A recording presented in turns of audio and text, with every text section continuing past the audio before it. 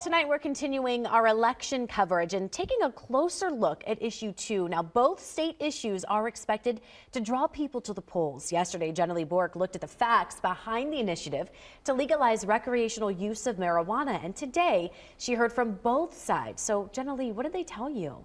There are strong and complex arguments on both sides, but a few I heard about more in depth. I spoke to one supporter of issue 2 and someone who opposes it to give voters more to think about before making a decision. Tom Herron, who's the spokesperson for the Coalition to Regulate Marijuana Like Alcohol, says issue 2 is about 3 main things: justice, patience, and economic development. He argues that a small marijuana offense can impact people's ability to find a job, a place to live, or the ability to get a loan. The current policy of marijuana prohibition impacts too many Ohioans who, because of one small mistake, can have their entire lives upended. State Senator Romanchuk, who opposes issue 2, says law enforcement isn't focused on low-level marijuana arrests. They focus on large quantities amounting to trafficking. He says the legislature has been working on reform for low-level offenses. We passed 8 different bills that dealt with criminal sentencing reform, and a lot of those bills were dealing with low-level marijuana crimes, so sealing, expungement, things of that nature.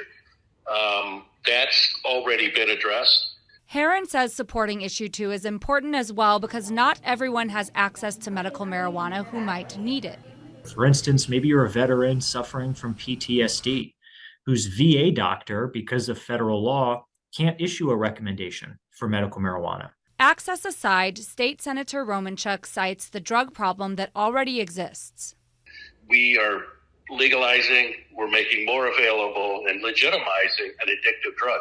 And oh, by the way, Ohio is in the middle of a drug epidemic as we speak. We rank nearly 1 or 2 in drug overdoses per capita. Tax revenue is Herron's third main argument to support recreational use of marijuana.